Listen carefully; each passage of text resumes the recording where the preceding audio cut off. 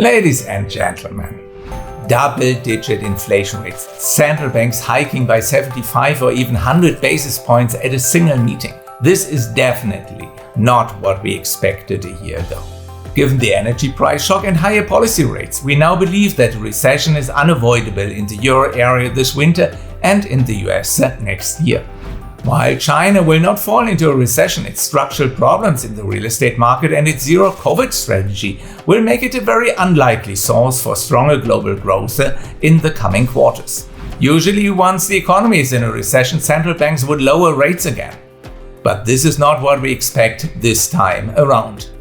The magnitude of the price shock is so big that companies need to pass on some of their higher costs to consumers, while employees will demand wage increases to compensate for higher living costs. After all, the labor market is still very tight, and it becomes more and more visible that we will be living with labor scarcities into the medium term, simply due to demographic reasons. Beyond the labor market, we see many more structural changes, most profoundly in energy markets, geopolitics, and fiscal spending. They all imply more physical investment in the medium term. These changes mean that interest rates are likely staying higher for the coming years, which is beneficial for bond investors. However, higher bond yields will weigh on the valuation of all other asset classes like equities, real estate, and gold.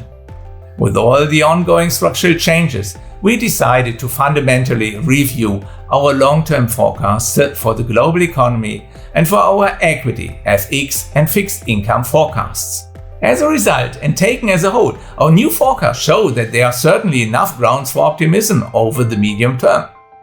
Although our expectations for economic growth and asset class returns over the next 10 years are not as high as in the last 3 calendar years, they are still attractive.